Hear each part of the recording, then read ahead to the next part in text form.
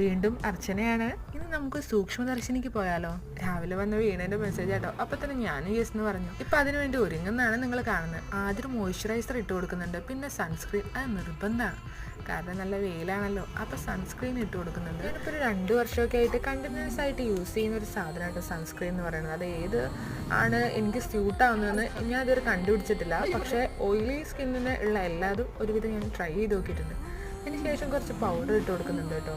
പൗഡറിന് ശേഷം ഞാൻ എന്തൊക്കെയോ തിരയുന്നുണ്ട്. അതിന് ശേഷം ഞാൻ ലാസ്റ്റ് ഐലൈനർ കണ്ടെത്തി. അതുകൊണ്ട് കണ്ണിൻ്റെ മേലൊന്ന് വരച്ചു കൊടുക്കുന്നുണ്ട്.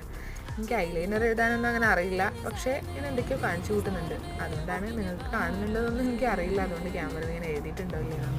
പിന്നെ ലിപ് ബാം ഇട്ട് കൊടുക്കുന്നുണ്ട്. പിന്നെ ഞാൻ മുടി ഒന്ന് കെട്ടി കൊടുക്കുന്നുണ്ട്. അതെനിക്ക് ഇഷ്ടമാവാത്തതുകൊണ്ട് ഞാനത് മാറ്റി കെട്ടിയിട്ടുണ്ട് കേട്ടോ. പിന്നീട് കമ്മൽ ഇട്ടിട്ടുണ്ട് അതിൻ്റെ ഇടയിൽ. ആ സമയത്ത് എൻ്റെ ഫ്രണ്ട് വീണ് അവിടെ വന്നിരിക്കുന്നുണ്ട്. പിന്നെ സ്പ്രേ അടിച്ചിട്ട് ഞാൻ അകത്തേക്ക് പോവാണ്. ഞാൻ എൻ്റെ കയ്യിലുള്ള